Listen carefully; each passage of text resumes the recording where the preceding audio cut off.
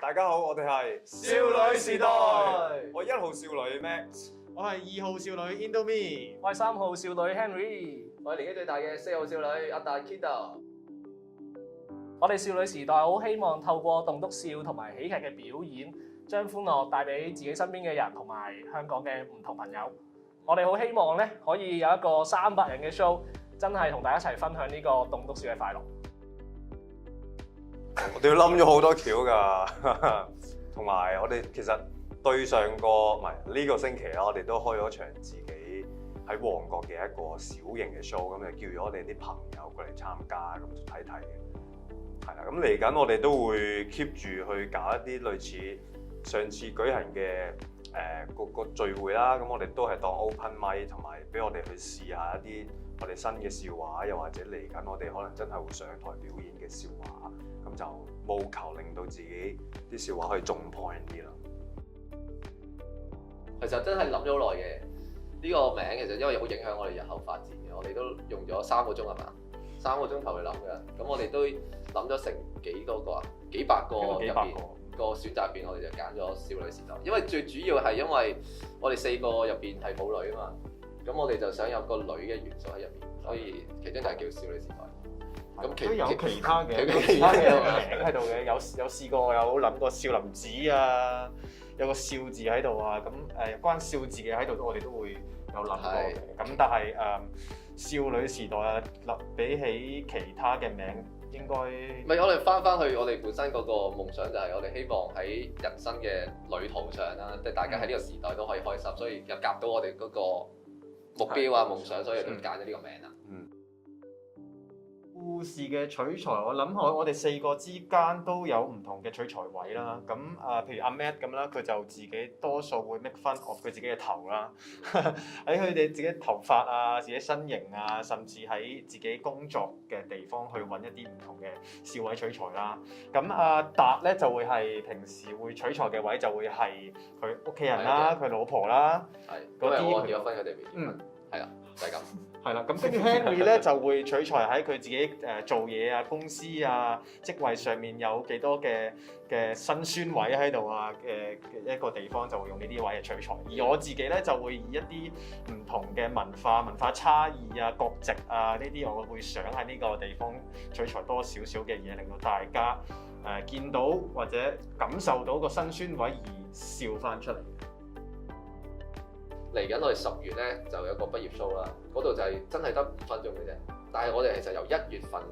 已經準備到現在咯，即係我哋迪士用咗幾耐啊？幾個月？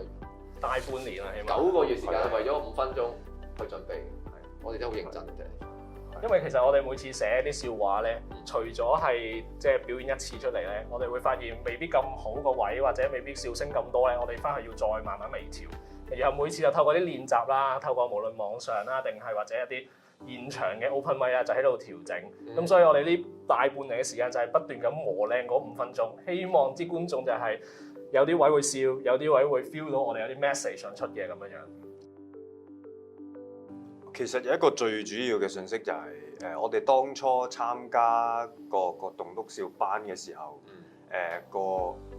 個老師啦，我哋稱佢為佢叫阿 Tim 咁嘅嘢。佢自己都好強調一句説話，就係其實每個人都可以擁有自己一段5分鐘嘅笑話嘅，係啦。咁其實我哋做棟篤笑，即係話難，其實唔係好難；話易都唔係好易。但係其實每個人都會有自己嘅經歷，可以寫得出自己一段嘅笑話咯。其實我呢個就係我哋推動呢個文化嘅其中一個目的啊，又或者係個推動力咯。因為我哋搞 open mic 其實都未必話每次都係我哋4個人講。我哋都想多啲人，台下嘅觀眾其實都有機會上台一齊參與。啱啊，因為一講棟篤笑咧，其實大家都會諗起咩咧？黃子華。咁但係其實正好似阿 Matt 話齋，其實個個人都可以講棟篤笑嘅，每一個人都可以嘅。咁我哋希望將棟篤笑嘅文化可以普及啦，同埋平民化啦，令到每一個人都可以用唔同嘅角度去欣賞翻自己咯。即使一個唔開心嘅事件，你又點樣唔同嘅角度去令到自己又快樂咧？咁呢個都係我哋其中一個想帶出嘅信息。第一方面一定係錢先啦，即係我哋起動嘅時候，我哋都唔會話抌好大筆錢出嚟，咁所以我哋先 aim for 一啲基金，然之後可以拎到啲資源俾我哋去推動呢一樣嘢嘅文化嘅。咁同埋我哋嘅 mentor 阿 Mike 啦，其實佢都非常好啊，佢帶到俾我哋嘅一啲資源，就係因為我哋都有諗過話要入啲中小學嗰度做啲巡迴演出嘅，咁其實佢都帶到話有啲 connection 俾我哋，就問我哋會唔會有興趣入啲中學嗰度去表演喎。咁話呢一樣嘢簡直係我哋夢寐以求啦。當然啦，一定要接觸得更多嘅人，先至會令到更多嘅人會享受到呢樣嘢啦。咁呢樣嘢係一個好好嘅一個資源嚟㗎。啱啊，同埋我覺得除咗呢個阿 Mike 啊幫到好多啦，就成個佢人物又好講嘅，同埋仲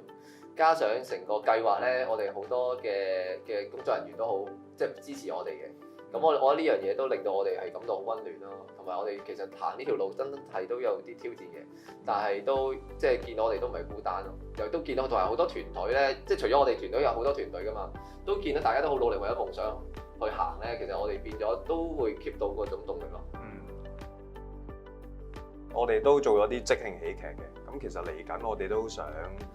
可以做到一啲類似差唔多類型嘅喜劇，咁就即係譬如有啲元素可能就問你喺邊度，兩個人物嘅關係係啲乜嘢，呢啲即興喜劇其實帶到俾觀眾嘅即時反應係好大嘅，同我哋寫稿嘅時候有啲唔同嘅，咁所以呢一樣嘢喺台灣其實而家好興㗎，但係喺香港其實都未見到，我哋都想帶入香港，可以等大家認識多少少。冇錯，如果大家唔知係咩嚟，又有機會咧，都一齊可以咧嚟睇下我哋嘅表演啦。因為其實都會好多人問，喂，你棟篤笑喎，咁點解無啦啦有4個人，明明棟篤笑1個人噶嘛？咁所以其實我哋翻去我哋目標，其實都係想令到呢個世界更加快樂啦、開心啦。咁其實我哋唔會抗拒任何方法令到人哋開心嘅。即係我哋1個人棟篤笑可以，然後我哋可能2個、3個、4個都會有好多唔同嘅形式去令到下邊嘅觀眾可以開心咯。